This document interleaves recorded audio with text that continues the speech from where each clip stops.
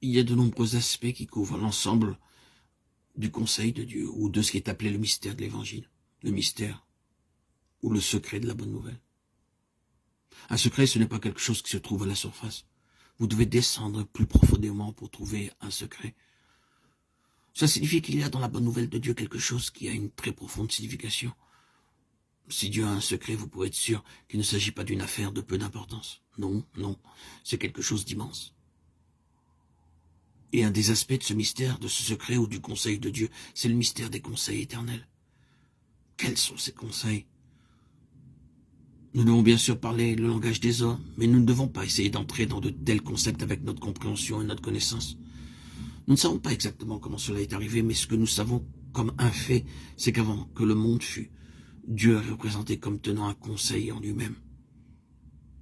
Il projetait une intention, une grande et compréhensible intention, qui est appelée ici le dessein éternel. De manière simplifiée, il y a un dessein, une intention, qui a un centre et une circonférence, avec bon nombre d'aspects concernant sa réalisation. Le centre était le Fils de Dieu, connu de nous comme le Seigneur Jésus-Christ. Il en est le pivot, afin que dans la plénitude des temps, Dieu puisse réunir toutes choses en Christ. Éphésiens 1:10. C'est compréhensible, car si vous avez ici ce toute chose, tout y est donc contenu, et vous ne pouvez rien ajouter à cette intention de réunir toutes choses en Christ. C'est cela le cœur du dessein et du conseil. Mais ensuite, il y a cette merveilleuse déclaration. En lui, nous sommes aussi devenus héritiers, ayant été prédestinés.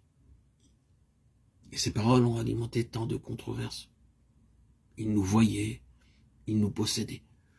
Quand je dis nous, je me réfère à une compagnie élue, qui en un certain temps, dans une certaine dispensation et dans l'histoire de ce monde, serait rassemblée hors des nations.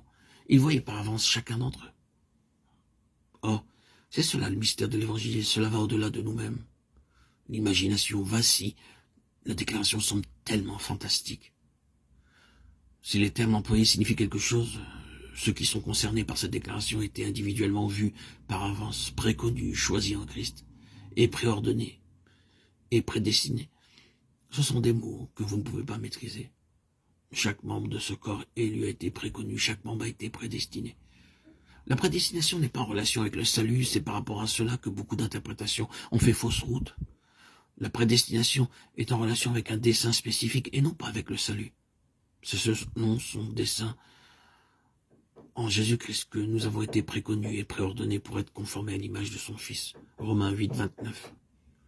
Nous avons été prédestinés selon un dessein, c'est merveilleux à dire, et donnés à Christ.